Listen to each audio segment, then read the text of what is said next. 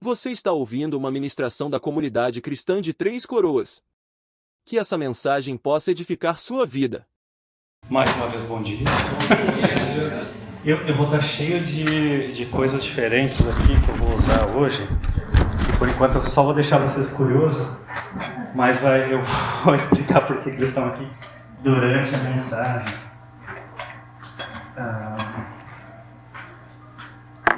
Eu peguei, ela estava bonitinha, ela morreu no caminho, mas ela vai servir, eu vou servir. E mais um aqui. E mais uma coisa assim.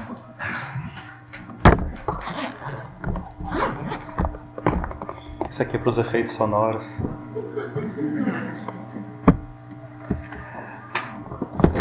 Então, gente, a gente vai estar falando sobre a Páscoa hoje, mas vai ser mais a Páscoa judia, o Pessah. E a gente vai estar dando uma olhada nessa tradição de mais de 3.000 anos. Os judeus têm feito todo ano, têm celebrado o Pessah, que seria a Páscoa, né? E uma das coisas principais da história é eles estarem se lembrando do que Deus fez para eles e também estar olhando para o futuro daquilo que eles estão esperando Deus ainda fazer para eles. Eles ainda estão esperando o fim do mal, o fim de tudo. É eu que estou fazendo esse barulho? Não? O fim de todo o mal do mundo que eles ainda encontram. Então eles celebram com alegria, que a gente vai ver o que eles fazem, mas estão ansiando então pela libertação da escravidão desse mundo, da maldade que ainda está acontecendo, na esperança do Messias para eles, né? Mas não para nós. E Jesus fez uma coisa muito interessante, que ele usou esse símbolo, ele usou essa celebração do Pessah, e ele reorientou para a pessoa dele e o que ele estava prestes a fazer, a realizar nesse fim de semana tão especial para nós. Eu não sei quantos de vocês cresceram com tradição ou seguindo o calendário cristão. Eu não cresci, eu cresci numa igreja não denominacional, então a gente não seguia os calendários cristãos. E é uma coisa que a gente está rebuscando na nossa família agora, porque tinha uma coisa muito importante que acontecia quando tu seguia o calendário. Tu orientava a tua vida para a história de Deus. No momento que a gente só celebra, deixa o mundo, de repente, nos ditar o que está acontecendo, a gente vai ter, de repente, carnaval, Natal um pouquinho, daí a celebração do Ano Novo, né? Mas para nós a gente achou especial, a gente está recontando alguns desses momentos importantes, que nem os luteranos fazem, os católicos, e nesses momentos a gente reconta a história e reorienta a nossa vida de acordo com a história de Deus que a gente viu, né? A gente não faz muito bem, a gente não é religioso disso, mas a gente tem tentado para as meninas entender que a nossa história é maior do que a história do Brasil. É maior do que a história da África do Sul. E a gente vai se ancorar nessa história no Evangelho de Mateus. Então, se vocês querem abrir a Bíblia de vocês, a gente não vai ler ali, mas abre no capítulo 21, e eu vou dar uma como é que se diz? Uma overview, uma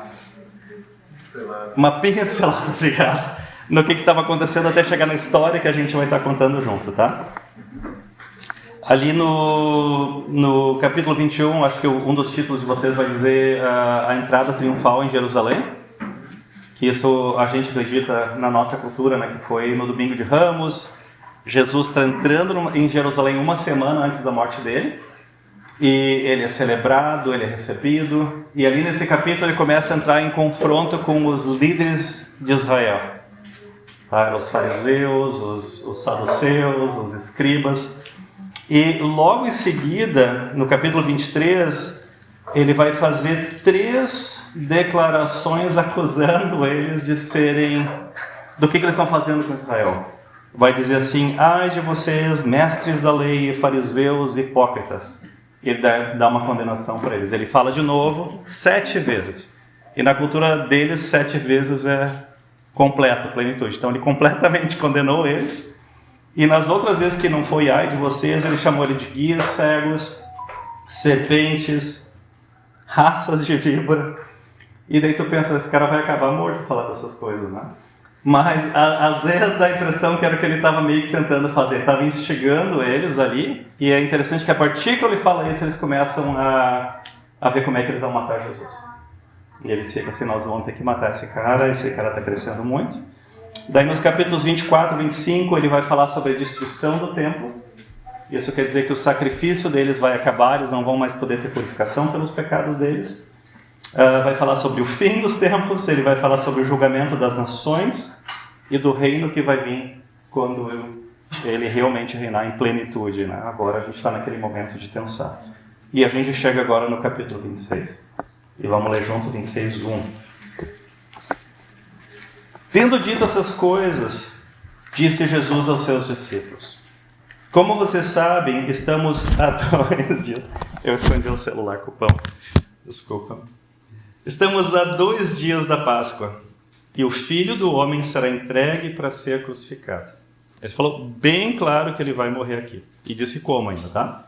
3. Naquela ocasião, os chefes dos sacerdotes e os líderes religiosos do povo se reuniram no palácio do sumo sacerdote, cujo nome era Caifás, e juntos planejaram prender Jesus à traição e matá-lo. Mas diziam não durante a festa, porque senão vai ter tumulto entre o povo. Eles não queriam tumulto entre o povo porque os romanos eram bem severos. Qualquer tumulto eles vinham e matavam um monte de gente. Eles estavam tentando manter Jerusalém sob controle. E principalmente nas grandes festas de Jerusalém vinha muita gente e eles ficavam bem ouriçados. Então eles não queriam chamar atenção durante esse povo. Mas o que Jesus está falando? Está dizendo para os discípulos, olha, eles vão me matar. Eles vão me matar. Ele continua repetindo isso e eu sei disso, eu sei que isso vai acontecer. Ele está preparando eles, que é parte do processo que ele precisa passar. Mas eles não estão entendendo, porque até agora eles viram Jesus fazer coisas incríveis. Então às vezes ele fala essas coisas, mas não entra no meu ouvido. Daí no versículo, um pouquinho depois, vem uma mulher, enquanto ele está na casa de Simão, o leproso, e ela começa a ungir os pés de Jesus com perfume. Alguns dos discípulos acham, poxa, que desperdício, gastando esse dinheiro, podia ser dado para os pobres e tal. Jesus disse, não, o que ela está fazendo, ela está me ungindo para o meu sepultamento. De novo ele está declarando, eu vou morrer. Mas, de novo, eles não estão vendo. E daí o que acontece no versículo 14? Então, um dos 12, chamado Judas Iscariotes, ele se dirigiu aos chefes dos sacerdotes. Esses chefes, os guias cegos, você lembra do que ele está falando deles? Eles estão achando que eles estão fazendo um grande serviço para Israel. Jesus é uma ameaça, esse cara está levantando questões que vão nos dar problema e eles querem acabar com ele para que eles não tenham problema. Eles querem acabar com ele porque um dos evangelhos que estavam com inveja dele e outra coisa porque eles eram cegos. Eles não sabiam quem era Jesus. Interessante. Versículo 15. Judas perguntou daí, né? O que vocês me darão se eu entregar ele a vocês? E fixaram o preço. 30 moedas de prata. E deste momento em diante, Judas passou a procurar uma oportunidade para entregá-lo. Então tu pensa, 30 moedas de prata não é dinheiro assim que chega que tu pensa, eu vou mudar a minha vida com esse dinheiro, e muito menos que eu vou, como é que se diz, comprometer minha vida com isso, por causa desse dinheiro. É mais ou menos uns 3 mil reais eles calculam hoje. Isso não é pouco. Mas o que tu faz com 3 mil, né? Tu traía o Filho de Deus com isso. Mas tem 2 linhas de pensamento que pensam por que Judas fez isso, né? Uns achavam que Judas achou, olha, Jesus pirou, ele está chamando os pecadores, ele está comendo com beberrão, com prostituta, ele está liberal com dinheiro, ele está convidando os fariseus para participar dessa renovação. E ele pensou, não, eu vou alinhar com eles, eu vou entregar eles. E tem pessoas que acreditam que Jesus estava demorando demais para se manifestar como o grande guerreiro, que é libertar eles dos romanos. E ele pensou, se eu entregar ele, se eu forçar ele, ele vai ter que agir. Daí ele vai começar. Então tem essas 2 linhas de raciocínio. A verdade é que a gente não sabe. Mas alguma coisa fez ele querer entregar Jesus. Então esse é o transfundo da história que a gente vai contar agora. Versículo 17. No primeiro dia da festa dos pães sem fermentos, os pães ázimos, né, os discípulos dirigiram-se a Jesus e lhe perguntaram: onde queres que preparemos a refeição da Páscoa? Para nós, o nosso foco geralmente é no domingo, quando Jesus ressuscitou. Para os judeus, o foco era na sexta. Era uma celebração muito especial. Todos os judeus deveriam vir para Israel durante a Páscoa. Pelo menos os homens. Mas geralmente eles vinham como família. E Jerusalém, na época, era mais ou menos uns 25 mil habitantes, mais ou menos o tamanho de Três Coroas, só que 10 vezes menor. A gente tem muito mato, né? Eles eram assim mais apertadinhos. E quando vinham os peregrinos, eles passavam lá uma semana nesse lugar, e eles acreditam que eram entre 120 mil a 300 mil pessoas. Vinham. Só aí, tu imagina a aglomeração. Era mais ou menos toda a quantidade de pessoas que vêm para o Oktoberfest em Igrejinha, todos vindo ao mesmo tempo e ficando lá. Então, eles... Não, imagina trazendo animal também, né? Que o pessoal vinha com o carro deles, os jumentinhos, né? Trazendo as coisas. Traziam galinha junto, que era o fish stick deles, né? O lanchezinho, vai ter um ovinho. Daí todas as casas eram cheias de pessoas, porque teus parentes vinham ficar contigo, que nem se faz, né? E umas pessoas ficavam em pousadas, e enchia Jerusalém. Então, eles iam nos Airbnb próximo ali em Betânia, nas outras cidades, mas lotava. Então, te imagina nessa situação, tu andando nas ruas, todo lotado, pessoas falando tudo que é tipo de língua. E isso foi uma das razões que o Judas foi lá entregar Jesus, porque estava essa multidão, eles não sabiam onde é que Jesus estava. Então, eu vou dizer para vocês onde é que ele está, para vocês podem vir pegar ele. Mas, então, Jerusalém está lotada, cheia de gente para a maior celebração da história do povo deles. E aqui Jesus começa a semana. O que aconteceu também? Ele ficou muito popular nessa semana. Ele chamou muita atenção para si. E ele vai então fazer essa celebração da ceia que eu vou explicar para vocês. Mas no Evangelho de Mateus, Marcos e Lucas, diz que Jesus fez a ceia na sexta.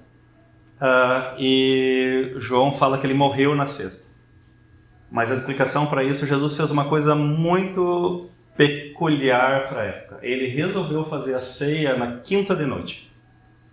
A quinta de noite para nós, mas para os judeus já era sexta-feira. Ele fez um dia antes da celebração. O que acontecia é que na sexta, durante o dia, por volta das 3 da tarde, eles matavam um cordeiro. E daí eles preparavam eles. E daí, assim que o sol se punha, começava o Shabat, o sábado, e eles começavam a celebração da Páscoa. Jesus adiantou isso. É como se ele celebrasse o Ano Novo no dia 30. Né? Um pouquinho estranho, mas por que ele fez isso? Ele sabia que ele ia morrer. Ele sabia que ele não tinha mais 24 horas para fazer essa ceia com eles. E ele, sendo um mestre do ensino, ele quis usar os elementos da ceia que eles tinham para reorientar para si mesmo. E para explicar a eles, ele já tinha dito, eu vou morrer. E agora ele vai explicar também para ele por quê. O que está acontecendo usando a história deles para explicar algo que aconteceu no momento e que ia afetar o futuro deles. Só uma outra vez em Mateus ele explicou por que ele ia morrer. Se vocês querem só ver, Mateus 20, 26, 27 e 28, ele deixa bem claro. Mateus 20, espero voltar um pouquinho, 26, ali na metade. Ele está dando uma lição ali, daí ele diz assim: quem quiser tornar-se importante entre vocês deverá ser servo, e quem quiser ser o primeiro deverá ser escravo, como o Filho do Homem, que não veio para ser servido, mas para servir e dar sua vida a resgate por muitos. Então, de novo, ele vai usar agora esses elementos para mostrar isso para eles. Então, em vez de ele sentar e dar uma aula teológica para eles, ele sentou e disse, eu vou mostrar para vocês o que eu vou fazer. De novo, todos os anos, até aquele momento de Jesus, todos os anos eles celebravam o Pessah, e passavam por esse protocolo, esse ritual, se lembrando do que Deus fez para eles. Então Jesus vai usar isso. Vamos voltar para 26, 18. Vamos continuar a história.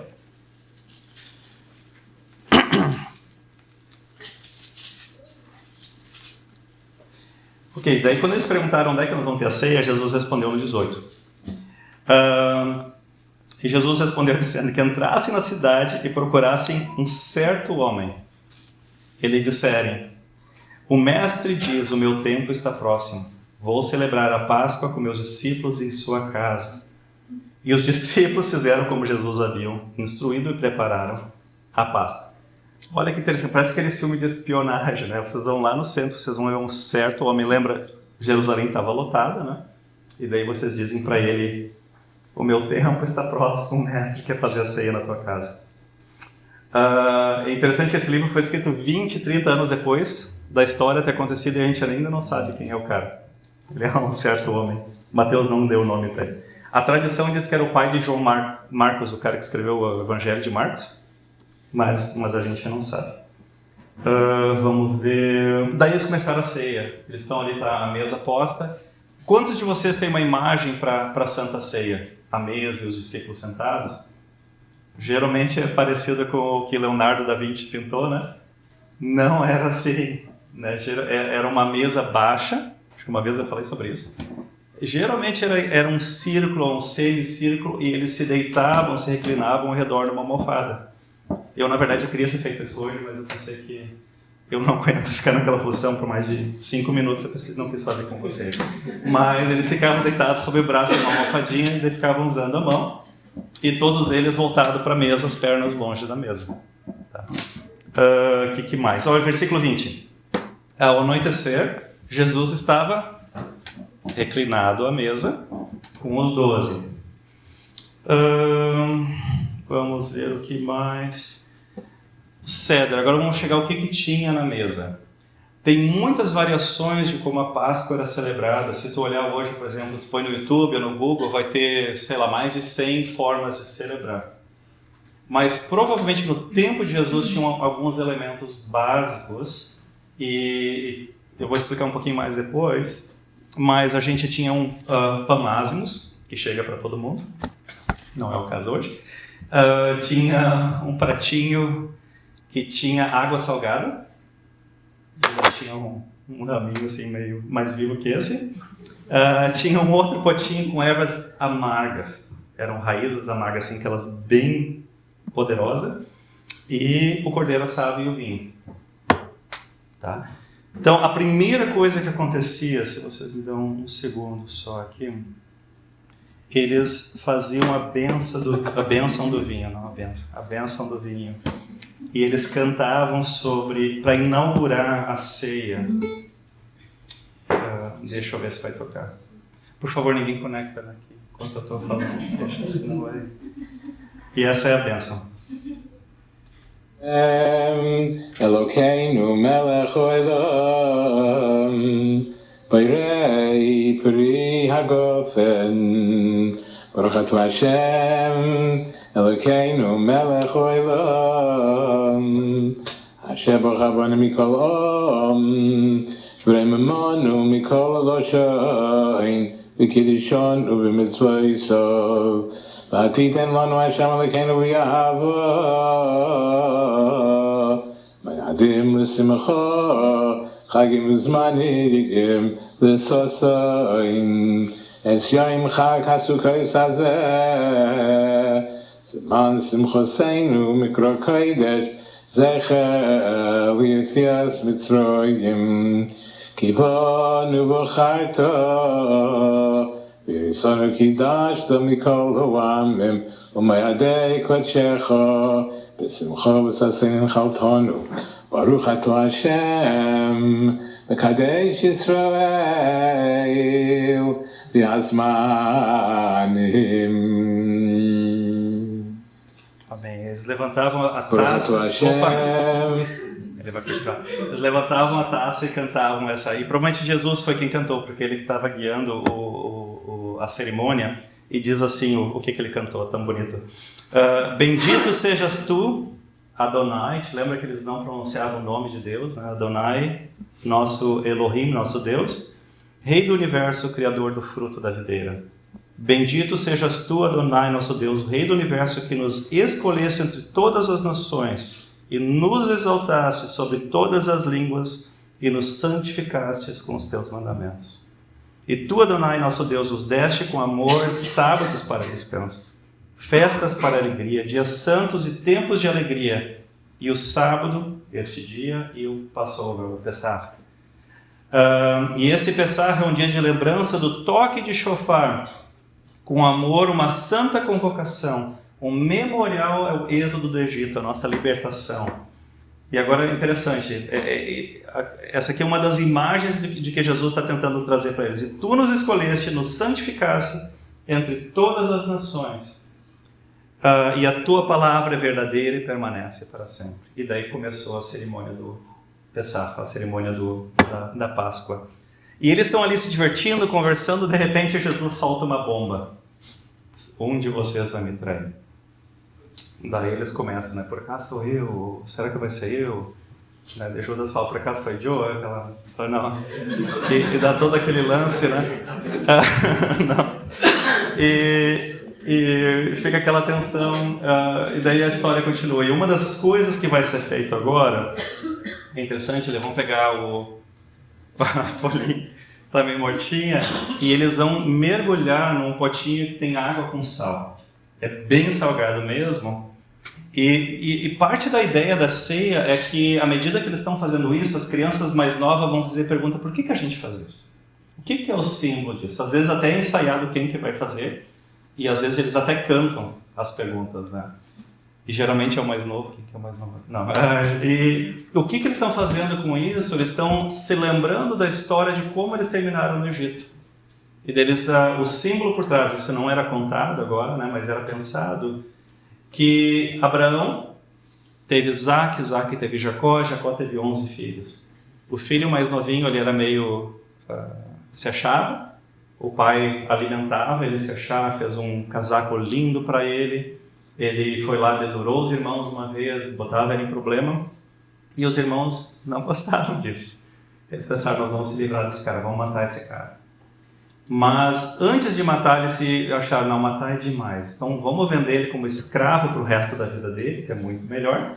E eles venderam, ele acabou no Egito, e eles pegaram a túnica dele, eles mataram um dos cordeiros, botaram sangue, e a túnica dele foi mergulhada no sangue desse cordeiro.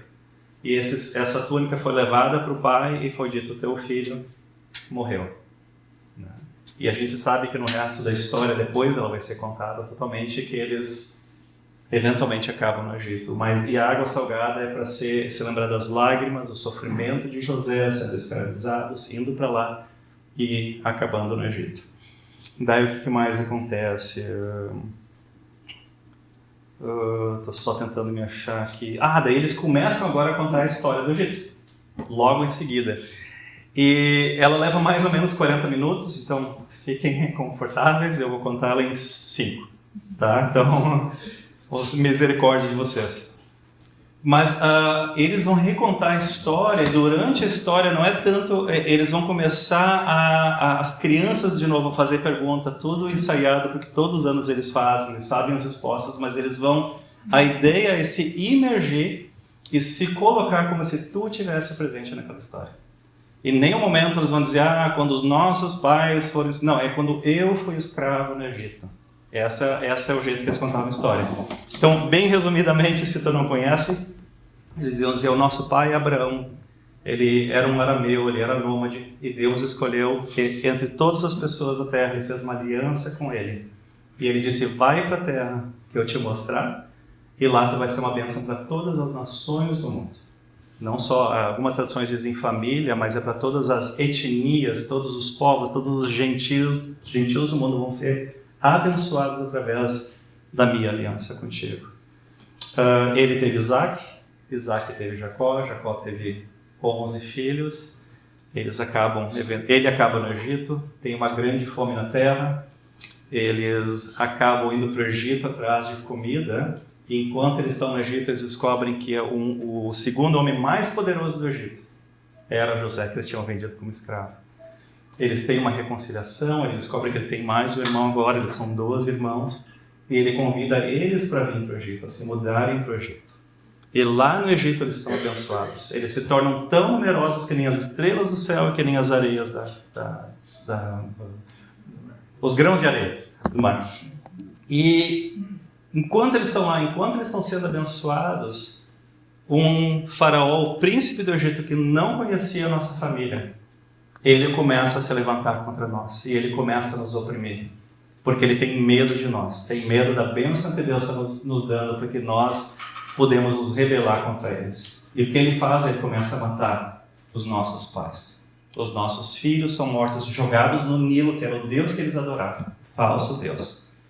E Deus levanta um desses, Moxa, que é resgatado, ele se torna o libertador para nós. Ele vai com nós e Deus usa 10 atos de justiça para ele nos soltar e para ele nos tirar, nos liberar dessa escravidão.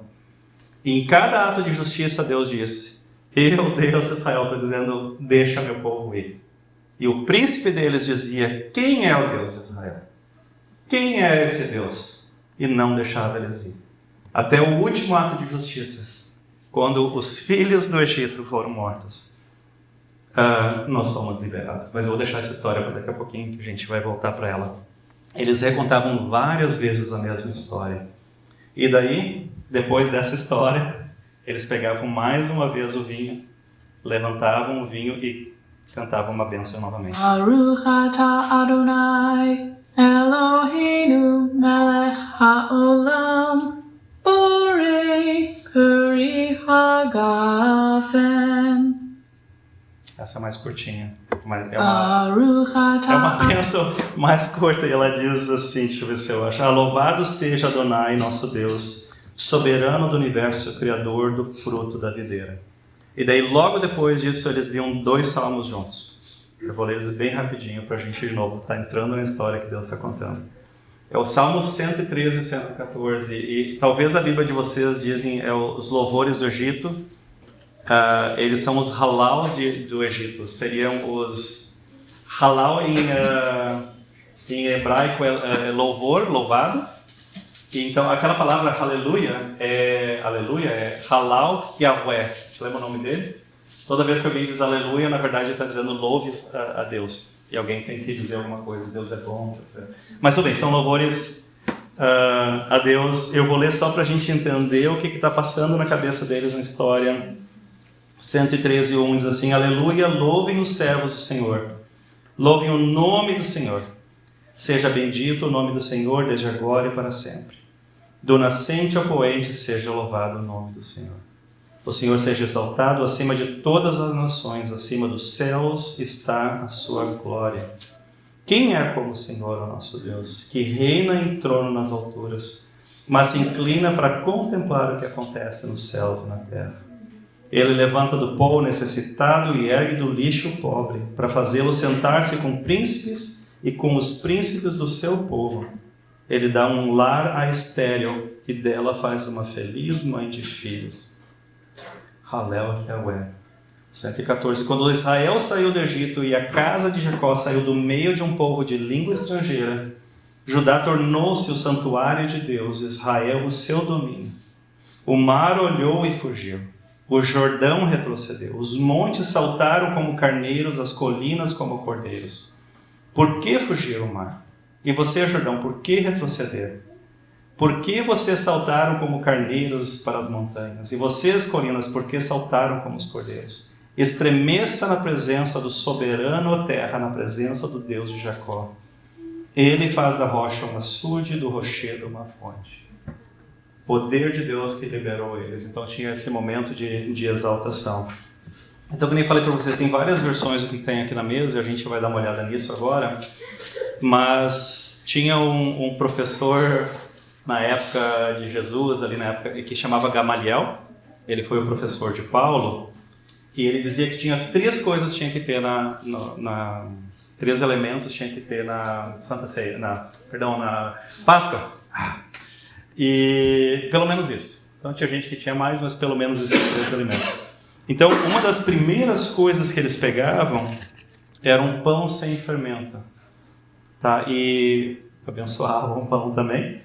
Mas isso aqui era um dos símbolos da história dele. Por que era sem fermento? Porque eles fugiram depois da morte dos primogênitos. Faraó liberou eles para fugir. Eles saíram e eles não tiveram tempo de se preparar. E na fuga, eles pegaram um pão, que geralmente tem que deixar crescendo, jogavam em cima de pedra ou panela, numa fogueira qualquer, e saíam com pressa. Então isso é para lembrar eles disso que eles passaram. Tá? E Jesus pega esse pão, e outro ato que tinha, eu vou falar bem alto, a Bíblia diz que ele partiu o pão. Isso era uma outra alusão que eles entraram e passaram pelo Egito, que foi aberto. E daí, nesse momento, enquanto eles estão fazendo isso aqui, Jesus solta uma outra bomba. Ele diz aí, vamos abrir... ele diz, você vai entrar aí. Ele já tinha dito, você vai entrar aí, 26. Ele diz, tomem e coma, isso é meu corpo. O que ele está dizendo com isso? Esse pão, que ele foi sovado, que ele foi batido, que ele sofreu, ele era alimento para eles enquanto eles estavam fugindo naquela fuga. E ele está dizendo, da mesma forma, o meu corpo, ele vai ser batido, ele vai ser torturado, ele vai sofrer, e ele vai servir de alimento para vocês. Ele vai ser o que vai levar vocês para o outro lado da escravidão. Ele está reorientando eles de que assim como eles vivem do pão, agora eles vão viver também do corpo dele, do que está para acontecer em algumas horas. Uma outra coisa que acontecia era que tinha as ervas amargas na mesa. Então tu podia pegar um pedaço do pão e botar... Não tem erva amarga aqui, mas imagina. Tu era para pegar assim e tu era para comer essa erva amarga agora. Daí o que acontecia nesse momento? Imediatamente vinha a lagrimazinha da erva amarga. Que nem você lembra aquela história do chimarrão? Já ouviram aquela piada, Saudades do Rio Grande? Não? Alguma coisa assim, na medida que eles estão comendo a erva amarga, eles estão se lembrando do amargor que eles passaram no Egito. Eles estão chorando, os olhos enchendo de lágrima, e eles estão dizendo, quando eu era escravo do Egito, quando o faraó estava me oprimindo, ele estava me escravizando, me fazendo virar pó, fazendo que o meu povo construísse pirâmides para ele, fizesse altar para esses deuses falsos, nós clamamos a Deus. E eles tentam mais uma vez se colocar na história de Israel, naquilo que está acontecendo.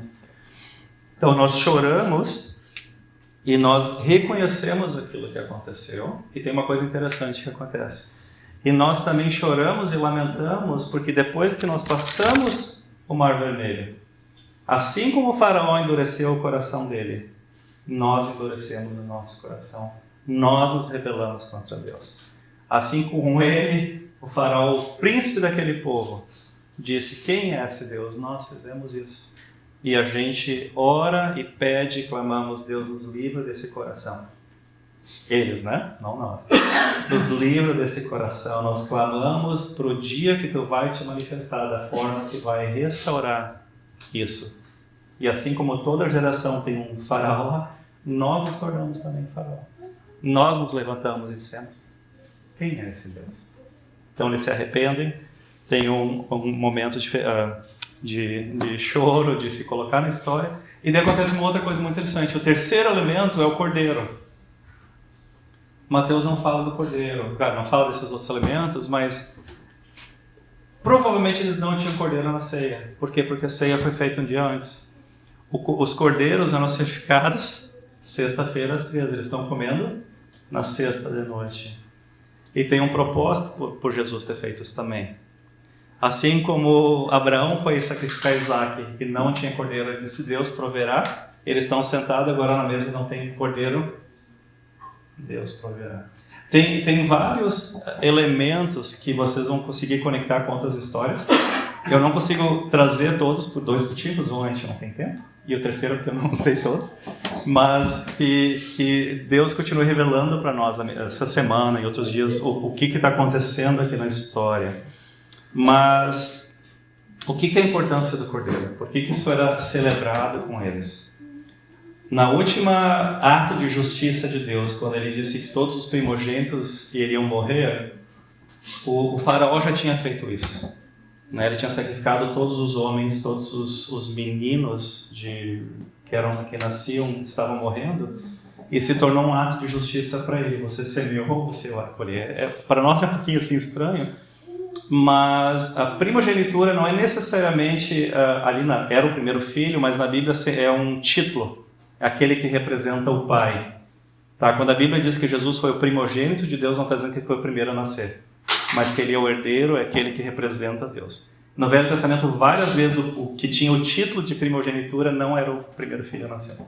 Tá? Só uma palhinha. E o que acontecia? Eles eram para sacrificar um cordeiro, diferente do que Faraó fez. Eles não tinham saída, mas Deus deu uma saída. Se qualquer um, judeu ou não judeu, que tu pegar o cordeiro, tu sacrificar o cordeiro, tinha que ter 1 ano sem mácula, sem nenhuma falha, e tu pegasse um pouco desse sangue que caiu do cordeiro e tu colocasse nos umbrais da porta, na entrada da tua casa. O espírito, o anjo da morte que iria passar, ele iria passar por cima da tua casa, ele ia passar por você. Ele não ia afetar a tua casa.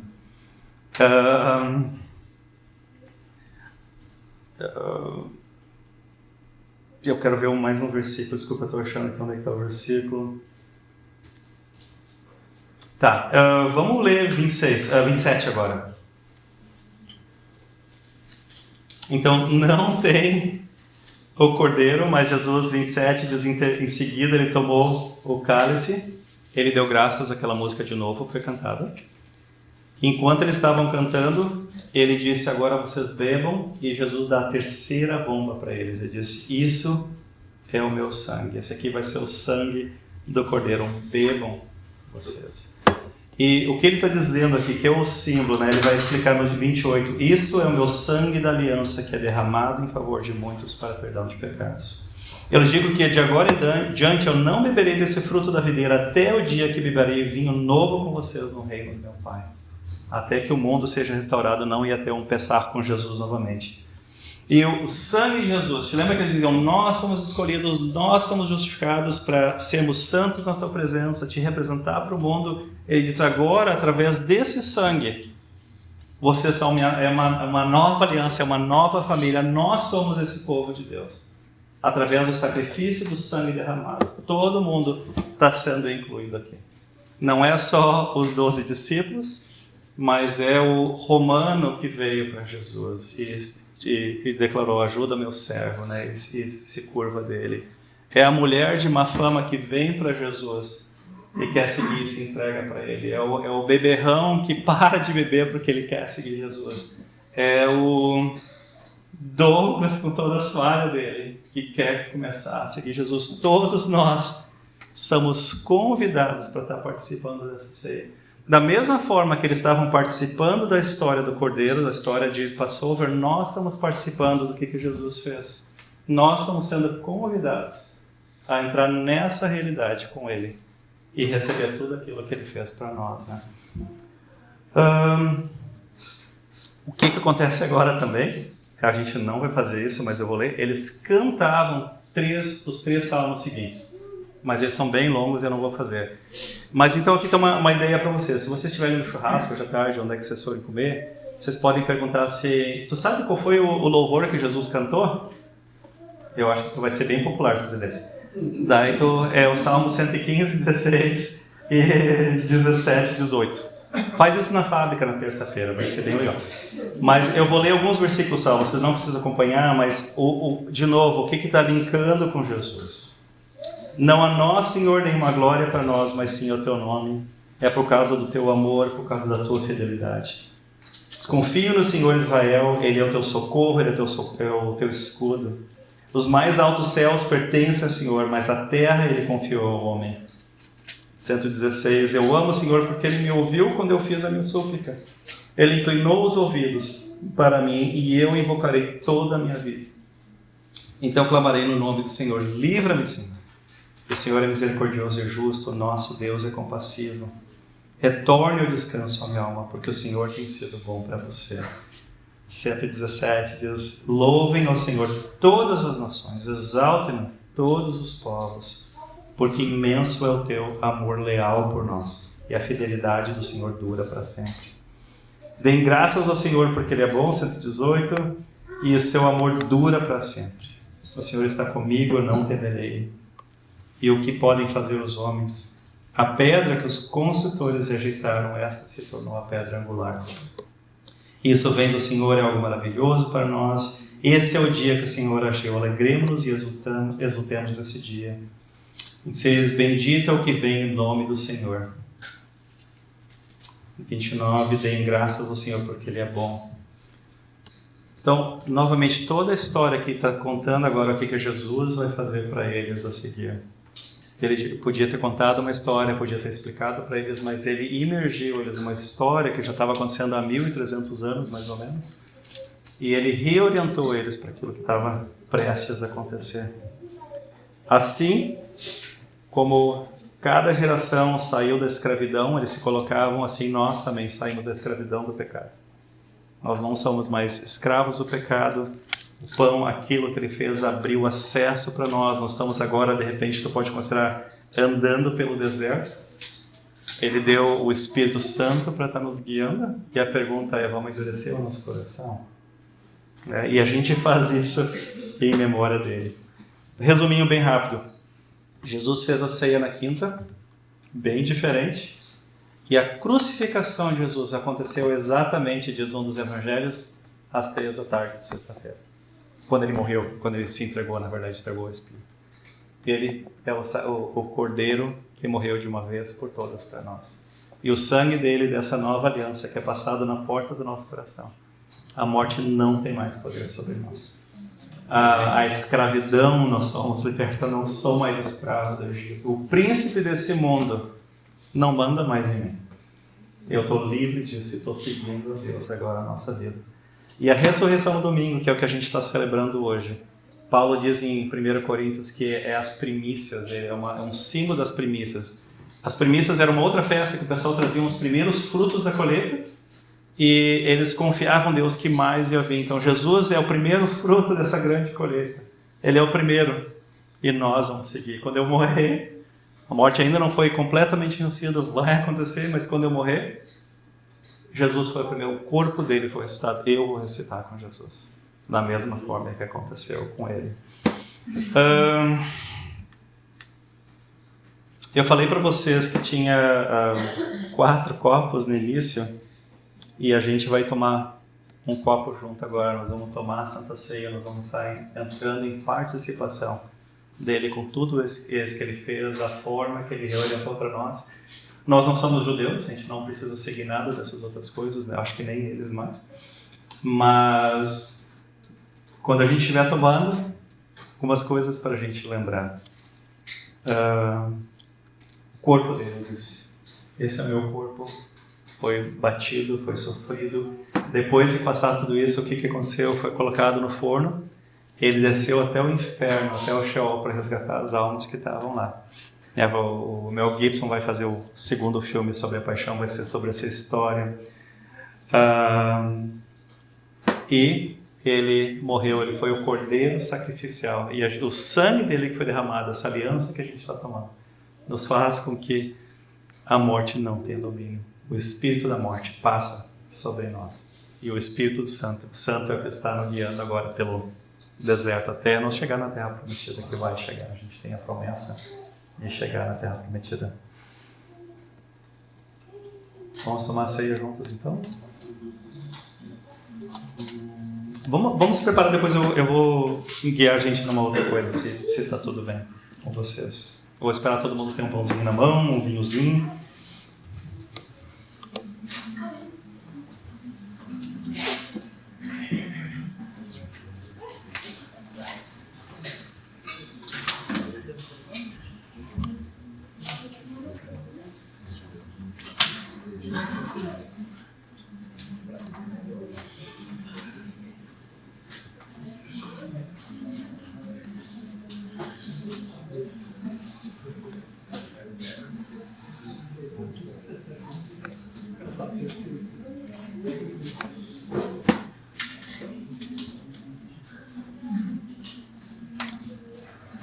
Enquanto eles estão passando, uma das coisas que Jesus fez, ele disse, façam isso em memória de mim, né? A gente tem tantas histórias no mundo dizendo de onde é que a gente veio, para onde é que está vindo, o que está acontecendo conosco. Mas esse é um convite que toda vez que a gente faz, a gente esteja entrando na história de Deus novamente. Se lembrando do que ele fez, de quem que ele é. Opa!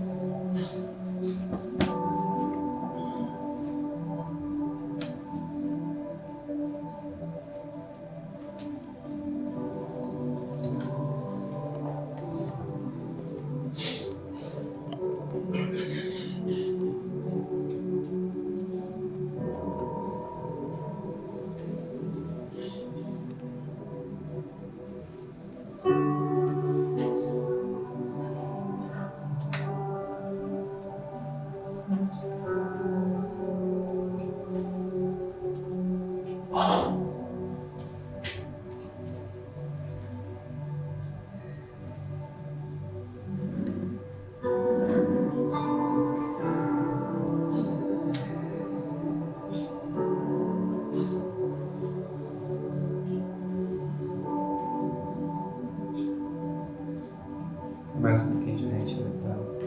Tá recebendo o pão do vinho, suco.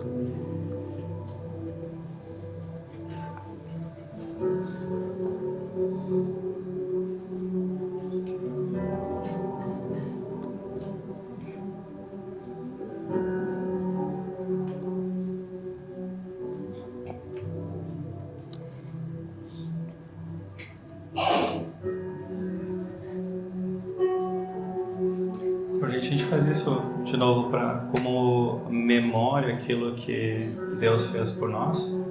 E toda vez que a gente come e bebe do vinho, a gente está se lembrando, está se colocando na história do povo que Ele está transformando. Um povo para Ele.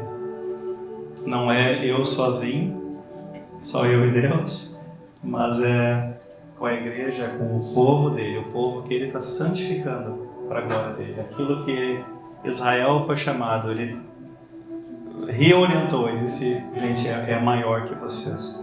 São todos os povos da terra. Estão sendo chamados para ser santos. Então, Jesus, na noite que Ele foi traído, Ele pegou o pão e Ele disse: esse é o meu corpo. O corpo que sofreu, que apanhou, que foi torturado. Ele foi quebrado por nós. Ele foi, como é que se diz, sacrificado por nós, para que nós pudéssemos passar pelo Mar Vermelho, pudesse deixar a escravidão para trás. Então vamos comer o pão em memória de Jesus.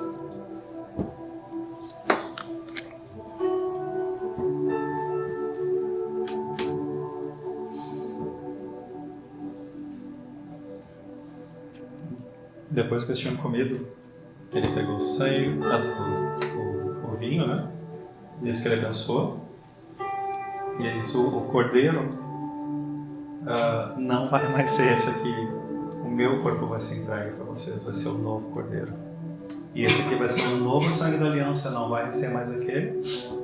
A morte não mais terá domínio sobre vocês. Vocês estão livres da influência do príncipe desse mundo, através do que eu fiz por vocês, do resgate que eu fiz por vocês. Vamos tomar o sangue de Jesus.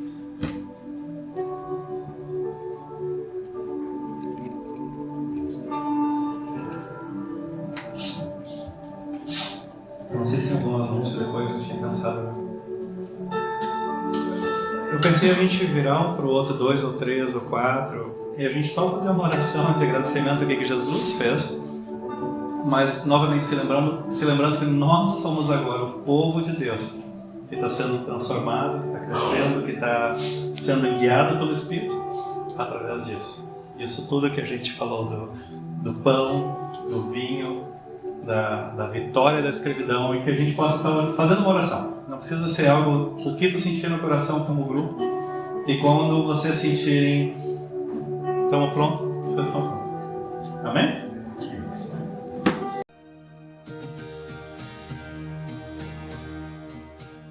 Você acaba de ouvir uma de nossas ministrações. Esteja conosco em nossas reuniões e siga-nos em nossas redes sociais. Que Deus te abençoe.